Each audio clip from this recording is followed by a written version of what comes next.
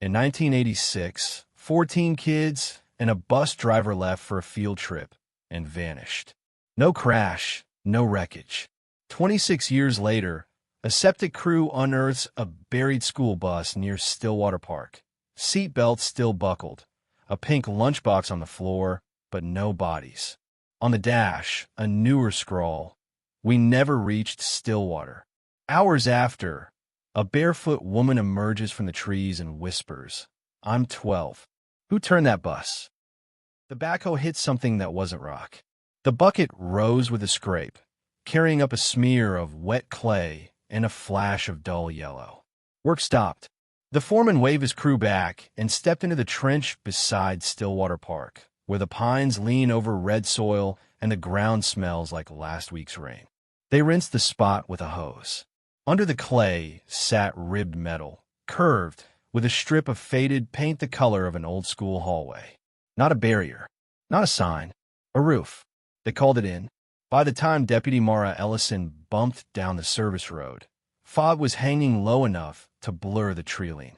The crew had tied bright flagging around a rough rectangle. Inside it, a school bus lay tilted in the earth, yellow showing in patches like a memory trying to surface.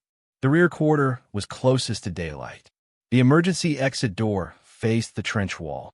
Soon as we saw it, we stopped, the foreman said, hat in hand. Didn't touch the inside. Mara nodded. She knew the case without opening a file. 1986, 14 children. One driver. A field trip that left Brackenridge Elementary for a lakeside camp and never came back. She had been 10 that spring. Her class trip was due the next week. It never happened. State forensics arrived with quiet voices and canvas bags. They photographed the site, logged the wind, noted the soil layers, then worked the handle on the exit door. The seal broke with a low gasp of stale air, old fabric, dust, metal. No sharp odors, no fuel, no rot. A technician shone a light down the narrow aisle. The bus had kept the shape of a day. Seat belts hung from split vinyl. A few were still latched. A pink lunchbox rested on the floor under the third row, like someone had tucked it there, careful and quick. Near the back step, a single sneaker lay on its side, laces stiff, a knot frozen halfway tied. Document, then bag, the lead tech said. The camera ticked along. Aisle, seats, driver station, the windows gone gray with soil pressed against them. Mara stood at the threshold and didn't step in. The hollow carried sound in a strange way, as if the metal didn't like voices. An investigator dusted the aisle rubber and furrowed. "Light smearing, mid-coach," he said softly. "Could be recent disturbance." Another tech at the front lifted an old clipboard. Something was taped beneath it. Paper, edges yellowed. He slid a spatula under the tape and freed it. A class roster sat on the dash, written in looping schoolteacher script. Stillwater field trip. May 23rd, 1986. 14 names, ages 9 to 11. Below the list, in a darker ink that hadn't faded like the rest, someone had written across the bottom line, "We never reached Stillwater." No one spoke for a moment. A J called outside, sharp and bright. The foreman stood a little farther from the tape. The lead tech checked the note under a loop. "Different pen, different age," he said. "This ink doesn't look like 1986. They went slow. Each seat got a number.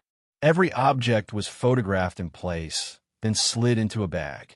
A thin gray film covered most surfaces, except for two patches, a palm-sized oval near mid-aisle, and a faint rectangle on the dash where sun would never reach. The rectangle looked cleaned.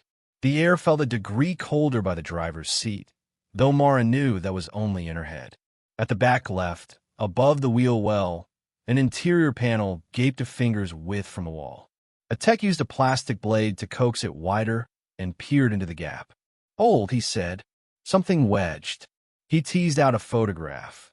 Not crumbly, not waterlogged. The paper still with a little spring to it. The image showed a row of children in front of a low building with boarded windows. Their faces were plain and unsmiling, not frightened, not happy.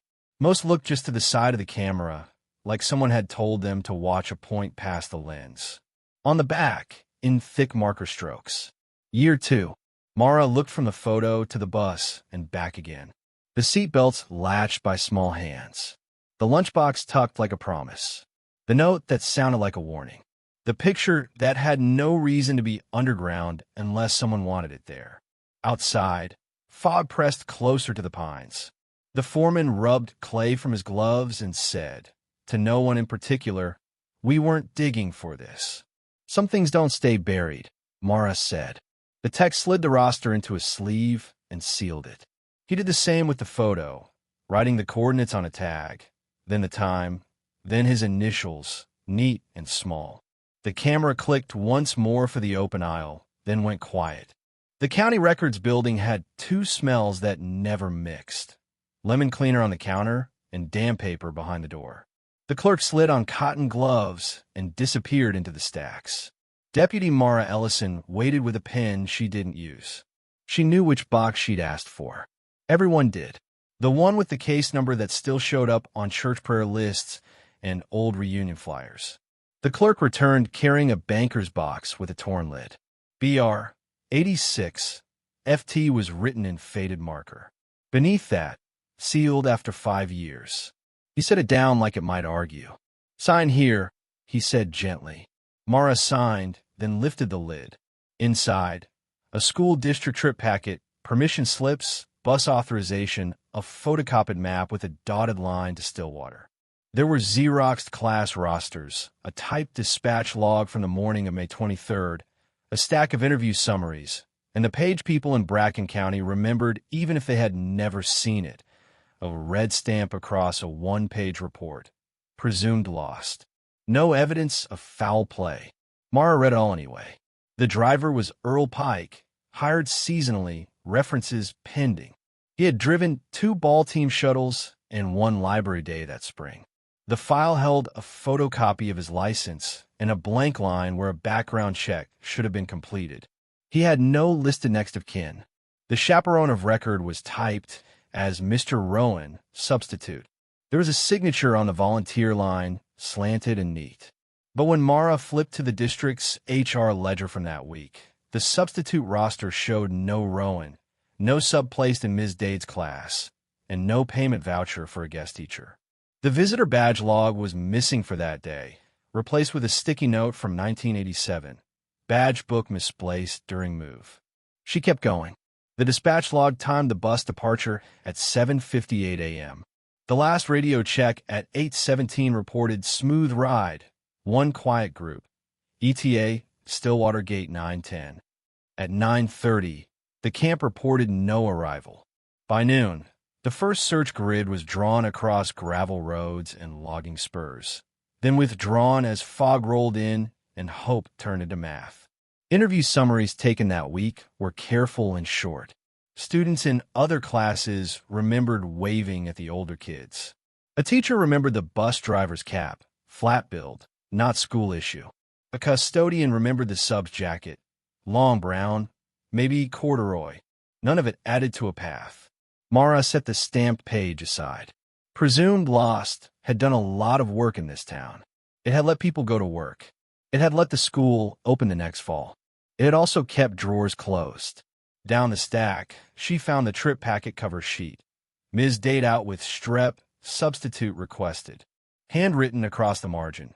Rowan confirmed by phone, office, with an initial that could have been an R or AK. On the bus assignment sheet, 3 drivers were listed by number. Pike's name had been added and penned beside bus 12 with a time stamp from the transportation office. The spare key notation was circled twice. The clerk leaned in the doorway. "You need anything scanned?" "Everything with signatures," Mara said, "and the dispatch sheet." She slid the driver's file to one side. It was thin enough to fold. No tax forms.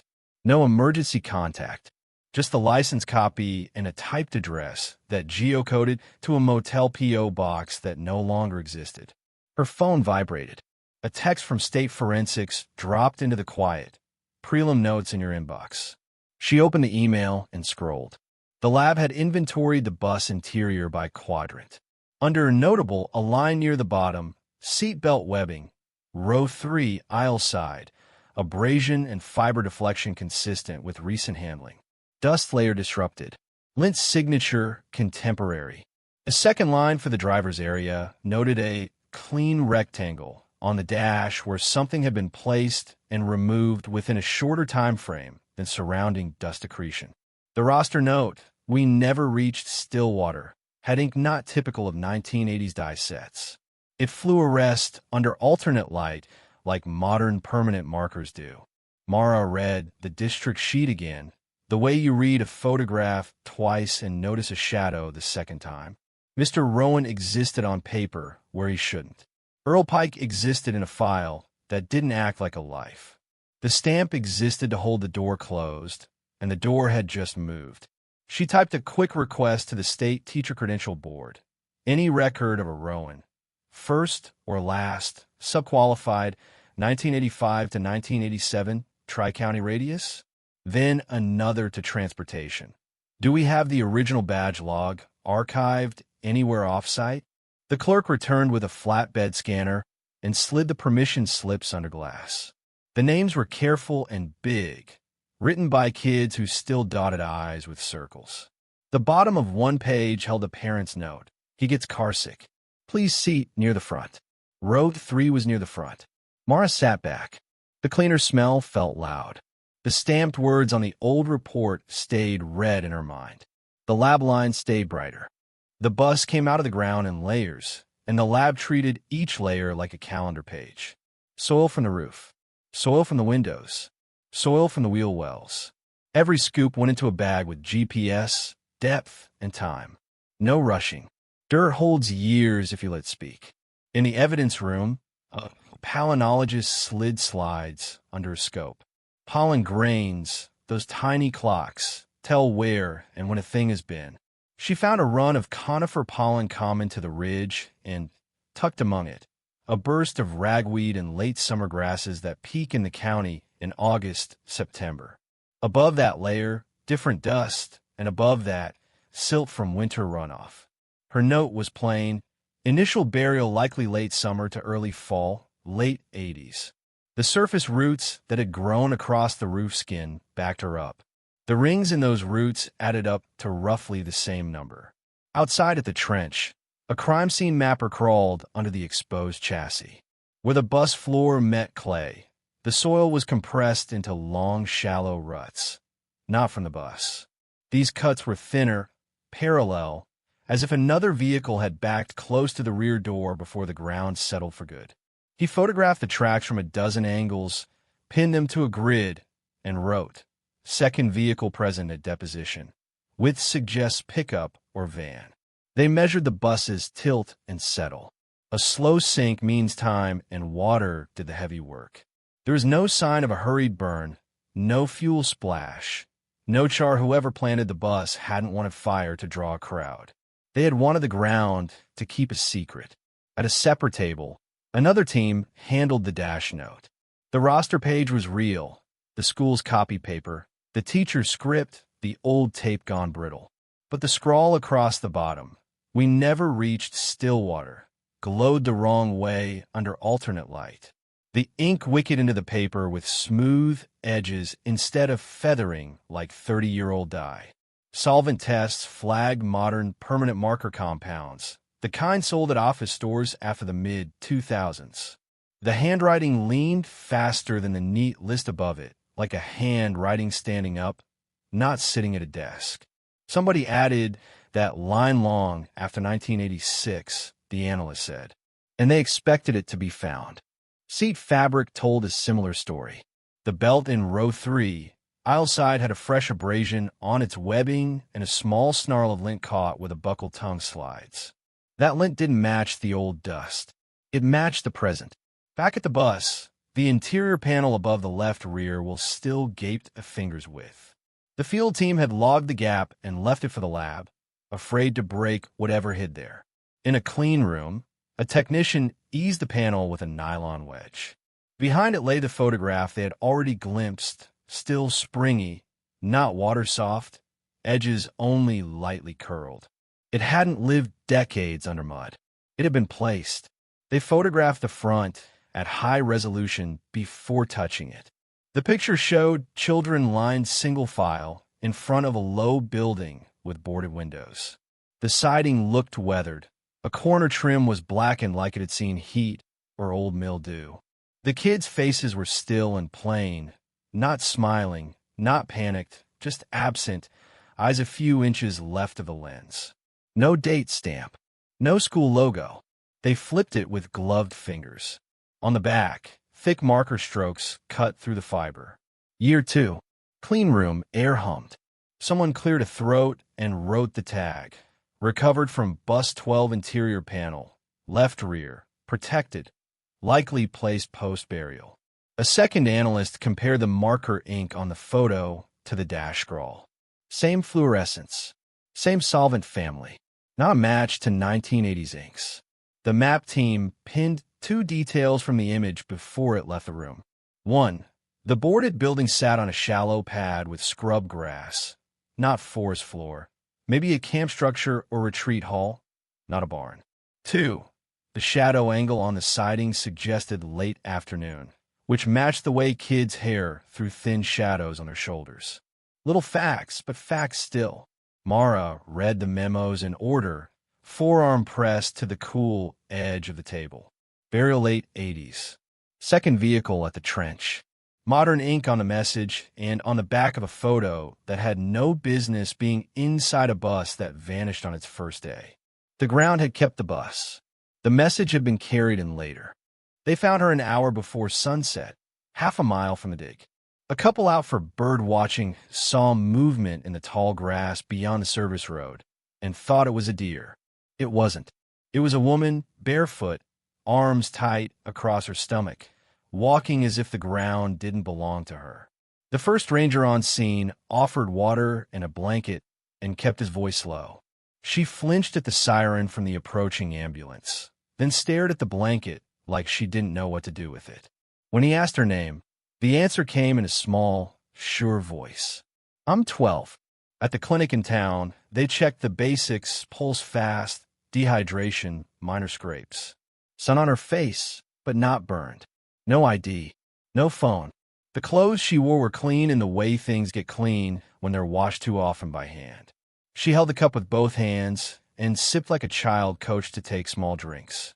Deputy Mara Ellison waited just inside the doorway. She introduced herself, then stopped talking.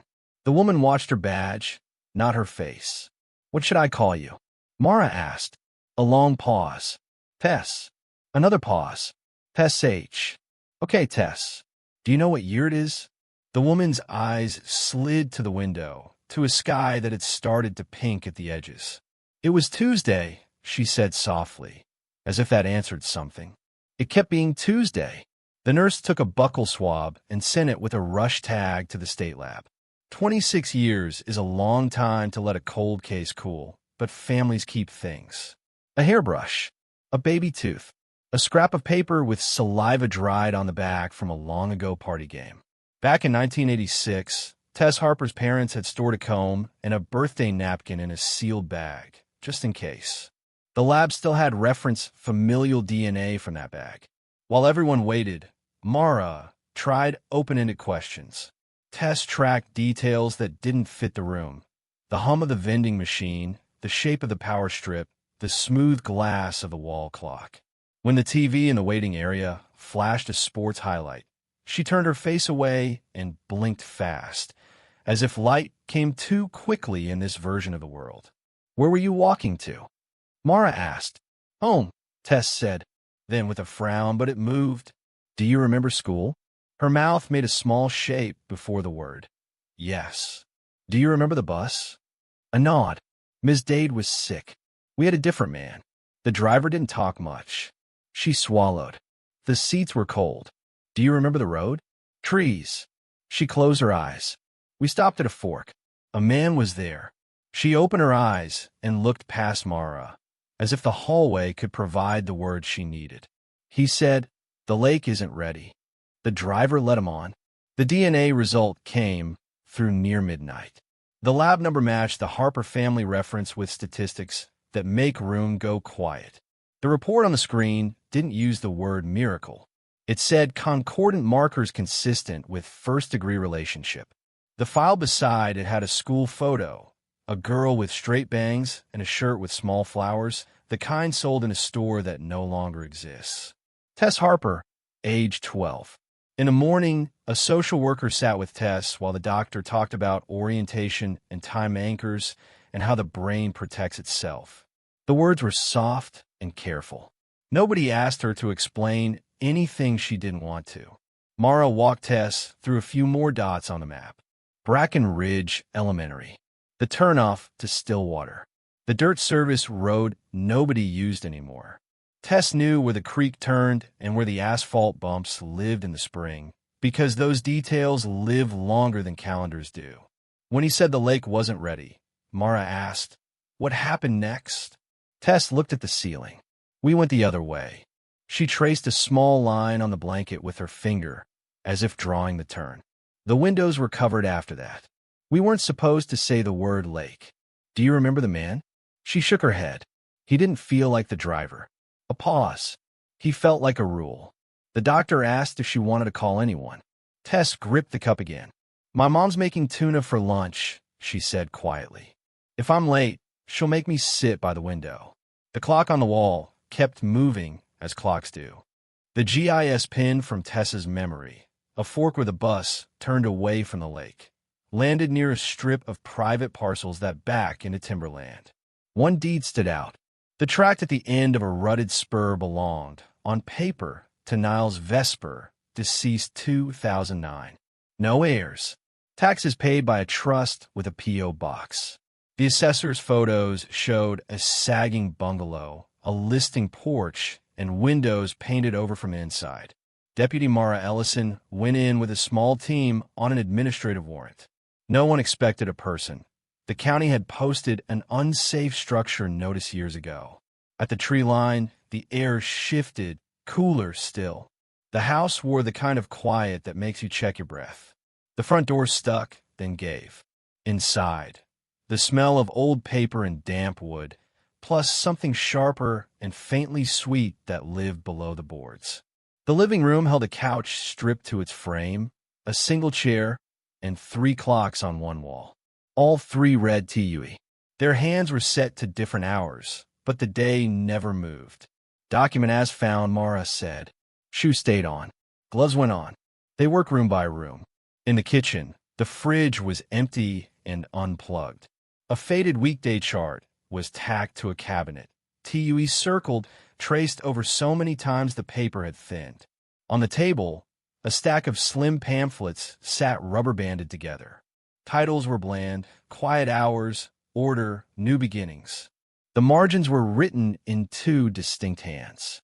One script was tight and adult, underlining rules: no clocks at windows, no names from before, hush time at 1400. The other hand was rounder, uneven, adding small notes between lines. "We used to have Friday, don't say lake, remember songs." A narrow door beside the pantry hid a set of steps. The first foot down caught the root cellar air, cool dirt, mildew, a whisper of stale fuel. The beam at the landing showed dark finger smears where palms had learned each rung. They stood a few seconds and let their eyes catch up to the light. The cellar was small. A few shelves with jars of nothing. A coil of old hose. On the packed earth near the back wall, something purple peeked from under a crumble of sand. A tech brushed gently with a camel hair brush and lifted out a plastic bracelet. The band was cheap, the kind kids win at school fairs. Across the face, jagged letters scratched in with a pin. Alibi. A faded star sticker clung to the edge.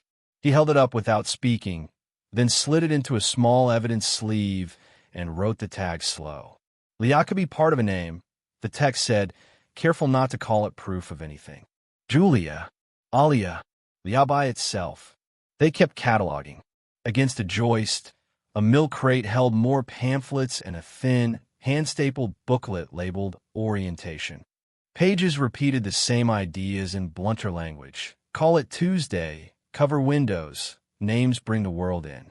In the back, a single index card had fallen between the crate slats. It was brittle and gray with cellar dust. On one side, a short list. Rowan, pick up. Gas 10 gallons. Flour 25 pounds. Belts, check. No surname. No date. Just a line that put Rowan in a sentence where work gets done. Upstairs, a bedroom held a narrow cot and a dresser. The top drawer was lined with paper and held only a shaving kit and a wooden rosary.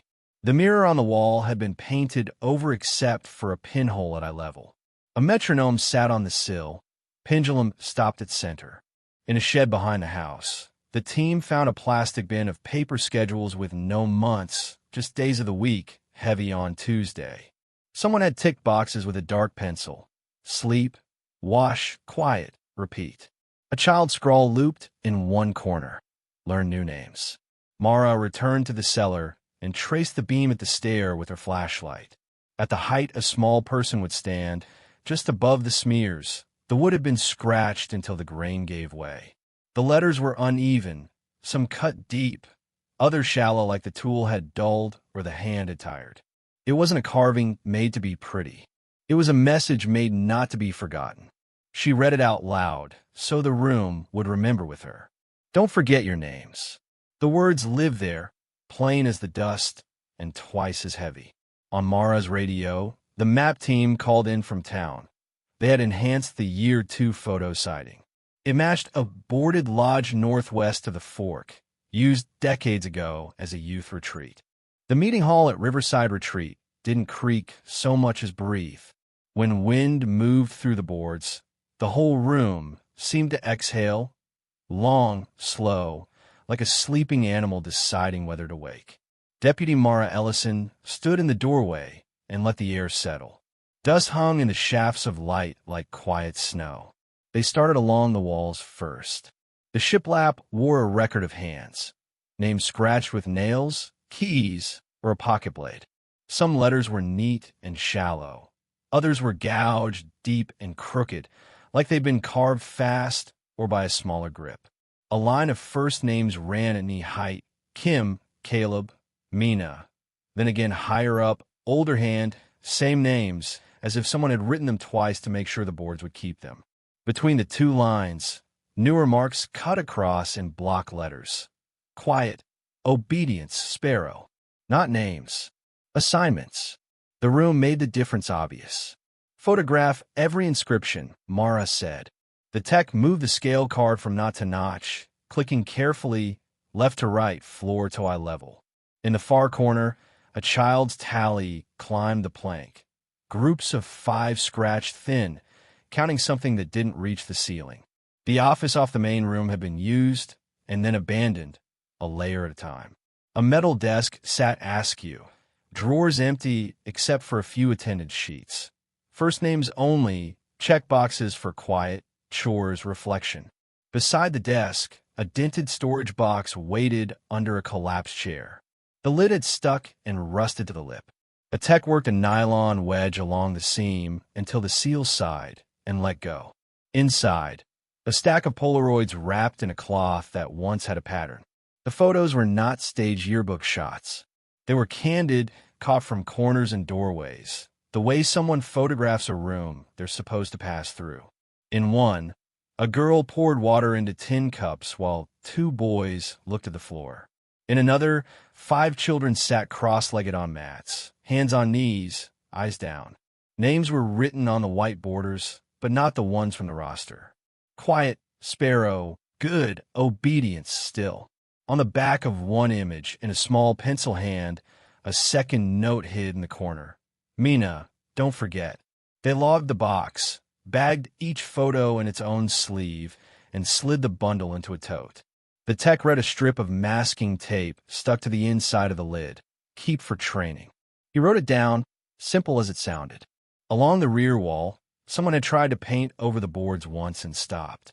Brush strokes fell short of the edges, leaving a soft-tide line of pale gray. Above it, small drawings in charcoal and pencil had been pressed flat by years. A bus with a long window filled with short lines. A row of trees that were mostly triangles and trunks. a moon with sharp rays like a sun wearing the wrong face. Near the door, a tiny figure stood with arms lifted, a ribbon sketched in her hair. The word under it had been rubbed and rewritten until it read like a plea. Remember. Up front, a metronome sat on the sill, its pendulum stuck. Someone had set its center and never wounded. A notebook lay nearby, the first pages torn out, the remaining ones blank, except for a single rule written across the inside cover. No drawing during quiet. Check the loft, Mara said. The back stair rose narrow and steep, boards polished by feet that sometimes hurried and sometimes learned to go slow. On the landing, a second set of names appeared, lighter, younger hand, or was someone afraid of making a mark. Kim again, Caleb again, and between them, a small bird drawn with 2 quick wings and no feet, as if it never meant to land.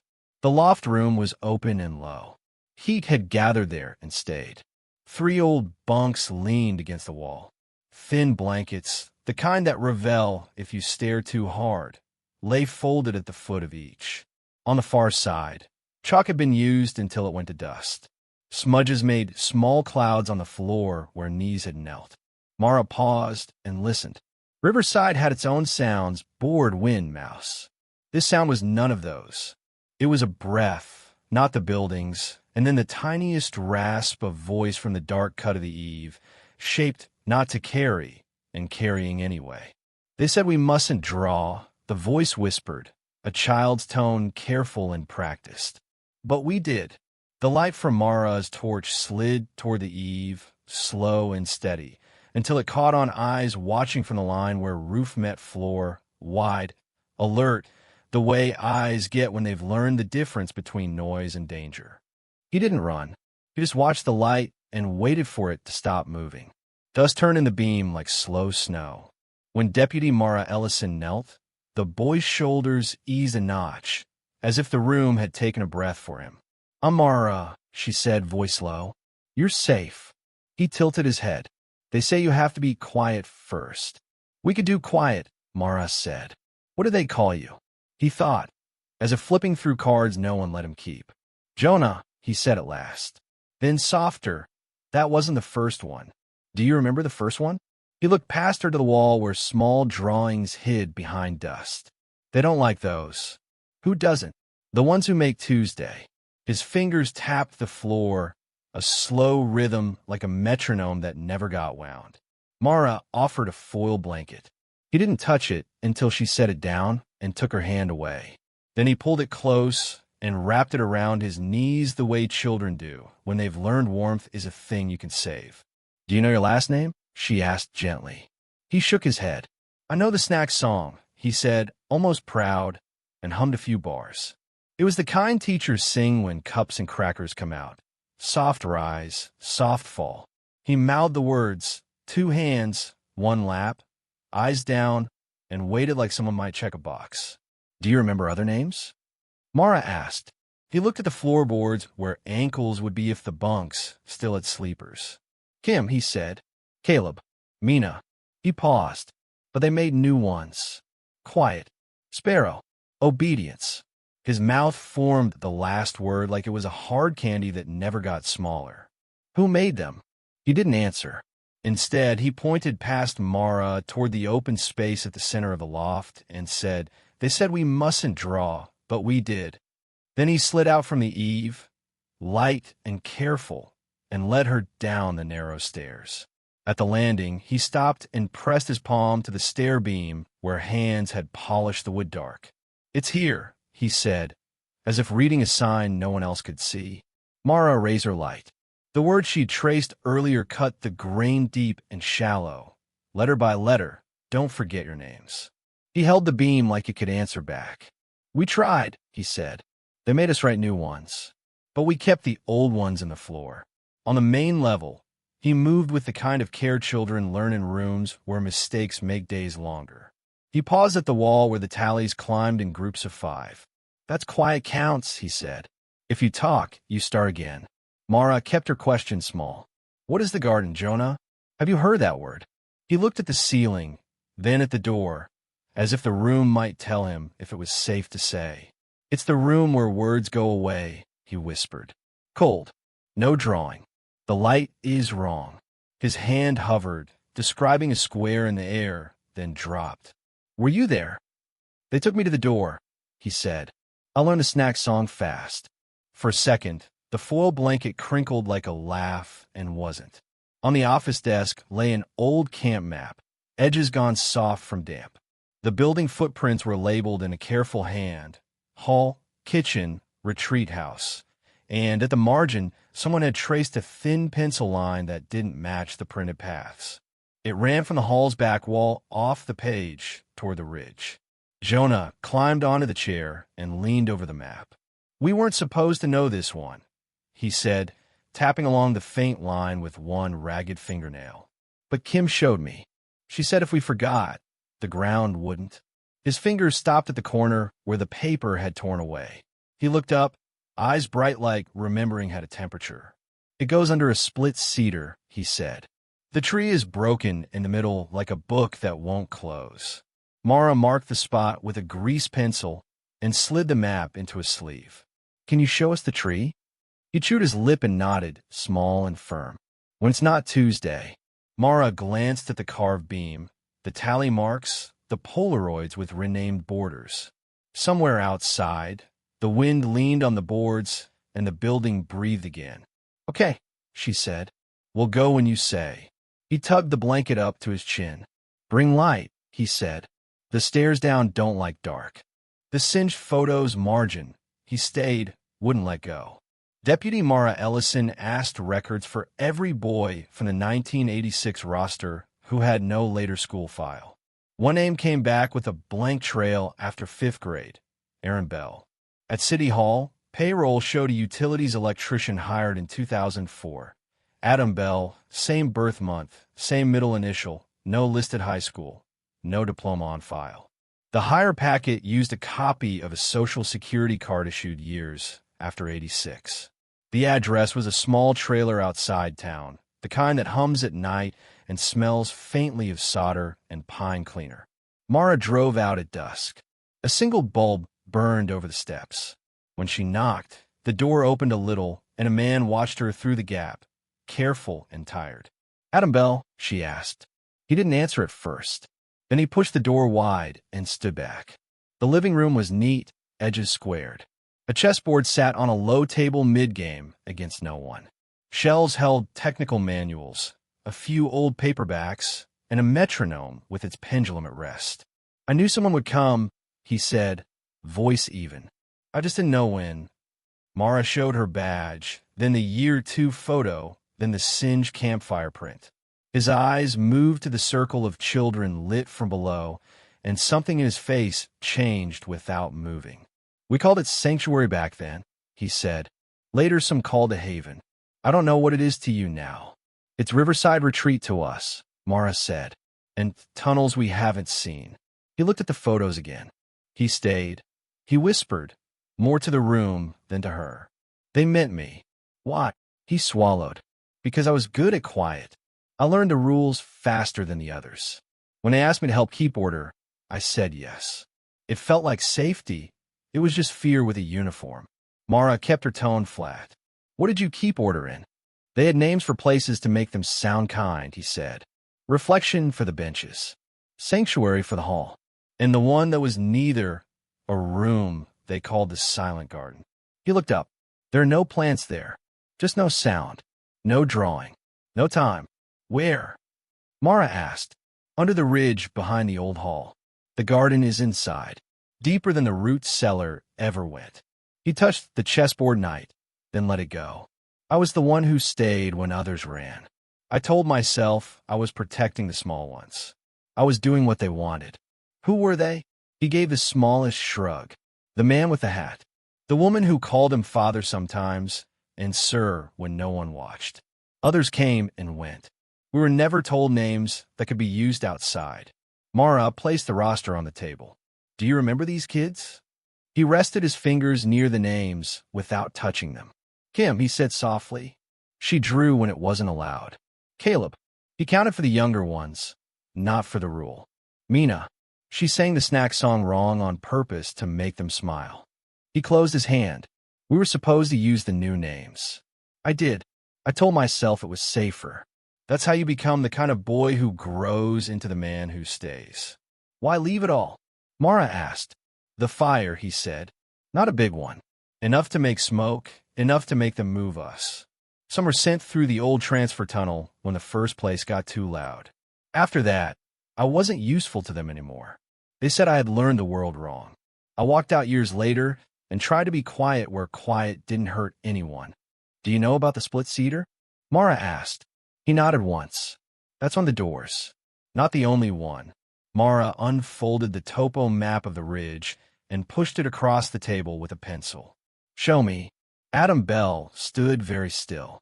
Then he came around the table and bent over the grid lines, eyes narrowing the way a field techs do when they picture wires and walls. He traced the contour with his finger to a saddle behind Riverside, then tapped a shallow bowl on the lines. Here, he said, on the high side. The hatch is set in rock, not soil. You won't see it unless you're looking for seams. Silent garden is there. He shook his head slightly. The door to it. The garden is farther in. Mara folded the map and slid it into her bag. Adam looked away, jaw set. I can show you, he said quietly. Not because I'm brave. Because I'm tired. The split cedar looked like a book held open by weather. Its trunk had sheared years ago and grown in two directions, roots laced over a shallow bowl of rock. Moss made the seam look natural until you put your hand on it and felt straight edges where a forest shouldn't have any. Here, Adam Bell said, the word small in the trees. He showed them the trick he remembered. Brush away the needles at the root flare, find the shallow iron ring set flush with stone, and pull sideways, not up. The ring resisted, then turned. Under the cedar, a rectangle of rock shifted like a lid and exposed a dark mouth just wide enough for a person to pass. They checked the air the way you do in places with old promises. Meter on the threshold, readout steady. Ropes, headlamps, radios. Deputy Mara Ellison took the first ladder.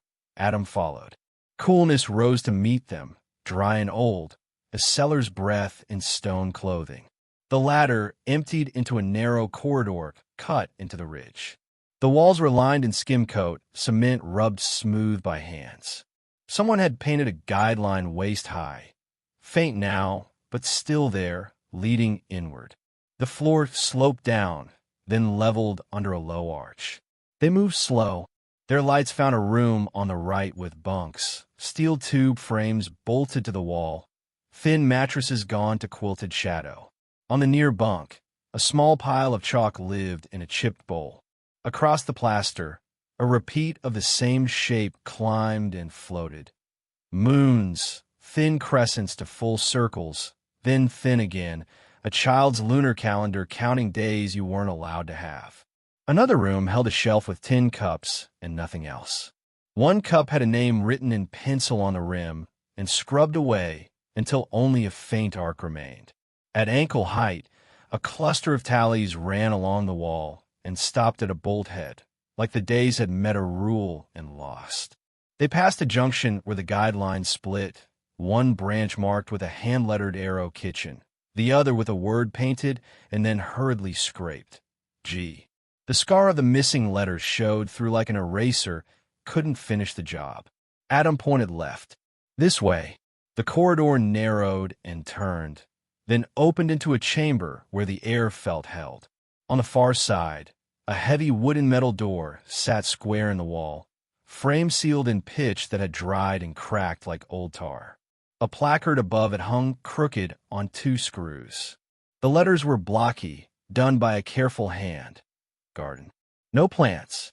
No benches. Just a door that didn't want to be a door. Mara put her palm on the boards and felt a cool that didn't belong to air. We don't force this yet, she said. We do what we can see. On a low shelf beside the door, a dust print showed the outline of something rectangular that had once sat there. In the corner below, half hidden by debris, a small recorder lay on its side, the kind with a clack when a tape finishes. The case was nicked and stained. Along the plastic edge, someone had scratched a message with a pen, the letters jittered but deliberate. For the ones who remember. Mara eased it into an evidence bag like it might blow out a candle if she moved too fast. Adam closed his eyes for a moment that held more than breath. She used to test her voice on those, he said. Not to sing, to keep it. They kept moving. A transfer corridor ran like a vein toward the slope of the hill, ending at a rusted grate. Along the wall, rules painted in neat strokes had been half-failed by time. Quiet during quiet. Eyes down. No drawing garden. Beneath them, a different hand had written tiny answers you had to get close to see. We draw stars in our heads. Listen, Adam whispered. Footfalls, soft, bare, where there shouldn't be any. A shape waited in the shadow of a side room, then stepped into the spill of light and stopped 2 arm lengths away. She was small in the way people get when they've learned to use less space. Late 30s, maybe 40. Pale, hair bound with a strip of cloth, eyes wide in the habit of dark places. Her hands were empty except for a thin ledger bound in cheap cardboard, edges furred from years of turning. They called me Silence, she said, voice rasped and careful, as if the word were a tool she hadn't used in a while. It wasn't my name. Mara lowered her light to the floor. We don't need the other name right now. The woman looked at Adam, then at the recorder in the bag, and something in her shoulders read as recognition. We saved what we could in the margins, she said, holding out the ledger. They made us copy lessons. We wrote truth at the edges so it couldn't be wiped. Mara reached for the book. The woman didn't flinch. She placed it in Mara's hands like passing a small, hot thing from one safe palm to another. On the first page, columns of rules marched down the center. Along the sides, in pencil kept sharp by need, ran narrow maps, initials, dates without months, and a code key only someone here would know. The ledger from Silence smelled like graphite and years. Down the center, copied rules in tidy script. In the margins, the real map, pencil-thin lines, tick marks for turns, a code of moons and triangles that matched chalk on tunnel walls. At the bottom of one page, a small box held 4 letters, etched deep enough to tear the paper. TS2. Transfer Station 2, Adam said, tapping the box. They used numbers when the names got noisy. The route wasn't on the camp map. It ran under it, past the garden door, then right at a cracked bolt head, down a corridor where the plaster bore the faint outline of a hand pressed again and again at shoulder height. The air tilted colder. The guideline on the wall picked up, fresher here, as if someone had retraced it to keep from being lost. The passage ended in a curved room poured in concrete. At its center stood a circle of small desks, each one turned inward, name plates bolted to the fronts. Not real names, the new ones, quiet. Sparrow. Good. Obedience. Still. 15 in all, 2 missing their plates, but showing clean ghosts where the metal had once been. On each desk, a groove worn by a pencil pressed too hard, like a child trying to push words through the page and into the floor. Mara touched a plate and felt heat where there was none. They made the world face in, she said quietly. Silence turned a page in her ledger and pointed to a tiny star drawn in the margin beside a rectangle. Here, she said. They called it records. The wall behind the desks looked seamless until the light found a plane that threw back flat. A false panel gave to leverage and came away, revealing a sealed door, brick-faced and mortared by a hand that worked to erase its work. It took hours to open without collapsing the room. Behind it, shelves lined a long, narrow vault. Photographs lived there, hundreds stacked, banded, some curling, some crisp. Children at tables. Children standing in rows. Children with eyes on the floor. On a back wall, a mural filled the concrete. A girl running between tall, dark shapes. One arm lifted, a small light in her hand painted with crude gold that still managed to glint in the headlamp beams. Underneath, in thick brush letters, she left the light on. Silence rested her palm on the paint the way you bless a doorframe. She drew it when no one watched, she said. so we would know there was a way to look out. They cataloged the vault with a patience that made time feel useful again. The DA's office sent a team in paper suits and masks, because the law likes clean lines even when it goes underground. Names began to reassemble. First names matched to last, aliases matched to rosters, faces to school photos. Tess Harper sat across from her 12-year-old picture and held both truths at once. Jonah learned his first name again, then his last, and didn't speak for a full minute, like the syllables were a bird he had to let land without flinching. Some names couldn't stand in the room. Niles Vesper was already in the ground. A posthumous finding named him as a facilitator and property holder, his homestead seized under abatement to fund survivor care. The file marked Rowan thickened. No credential, no payroll, a borrowed badge, and a signature that matched notes in the pantry at Vesper's place. The man with the hat never had a county record. The Attorney General's memo called him by the only thing that fit: principal actor unknown. The state issued a formal apology for the stamp that once said presumed lost and for the years that followed its convenience. On a gray morning when the ridge smelled like rain, the hall at Riverside filled the way it should have once, with voices that didn't ask permission to rise. Silence signed the ledger with her real name. Tess stood at the back door and let sunlight hit her face until her eyes watered, then laughed because tears that didn't come from fear felt like a new weather. Adam stayed in the doorway, half in, half out, then stepped in. Mara set a small table by the front window and placed the recorder on it. When they pressed play, the clack was soft, and the voice that followed was steady enough to carry. A line item appeared in the county budget before summer. The Unforgotten Fund, mental health care, record restoration, quiet apartments near trees, scholarships that didn't ask what you hadn't done. Donations came with notes, for the ones who remembered in the margins. The first check cut from the old Vesper Trust paid for an architect to design a modest memorial at the riverside, a circle of low stone with a single light that burns at dusk. At the end of the wall of photographs, one space stayed empty on purpose, a reminder that work doesn't end at good news. The ledger's map had one margin trail that ran off the page and never curved back. On a beam in Vesper's cellar, the bracelet had said LIA. In the Riverside tally marks, one set broke mid-count near a bolt head and never resumed. The Woods returned some names and kept others. If you want us to chase the missing one, comment, where are you watching from and what do you think we missed, or comment your story. Before you go, subscribe to Alibi Stories and tap the bell so you never miss our next chapter. If this case moved you, like the video and share it with someone who loves these kind of stories.